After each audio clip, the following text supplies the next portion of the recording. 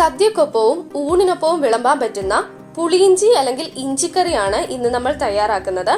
അതിനായി പുളിയിലേക്ക് കുറച്ച് ചൂടുവെള്ളം ചേർത്ത് നമുക്ക് പുളി നന്നായി വെള്ളത്തിൽ ലയിപ്പിച്ചെടുക്കാം. ഇനി നമുക്ക് ഈ പുളിവെള്ളം അരിച്ച് മാറ്റി വെക്കാം.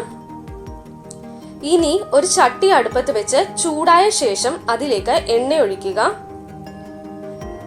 എണ്ണ നന്നായി ചൂടായി കഴിയുമ്പോൾ നമ്മൾ നേരത്തെ തയ്യാറാക്കി വെച്ചിരിക്കുന്ന 1 കപ്പ് ഇഞ്ചി, 8 ചെറിയ ഉള്ളി,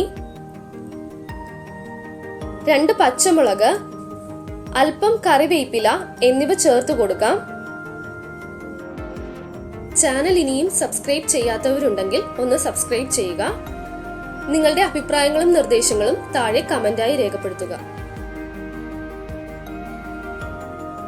ഇതിലേക്ക് ആവശ്യത്തിന് ഉപ്പ് ചേർത്ത് കൊടുക്കാം. ഇനി തീ മീഡിയം ഫ്ലെയിമിൽ വെച്ച് നന്നായി ഇളക്കി കൊടുക്കുക.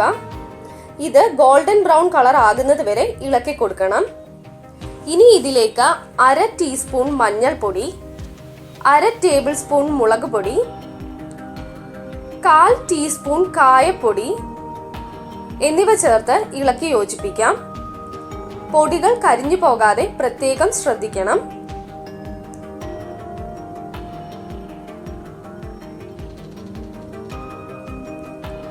ഇനി ഇതിലേക്ക് പുളിവെള്ളം ചേർത്ത് കൊടുക്കുക.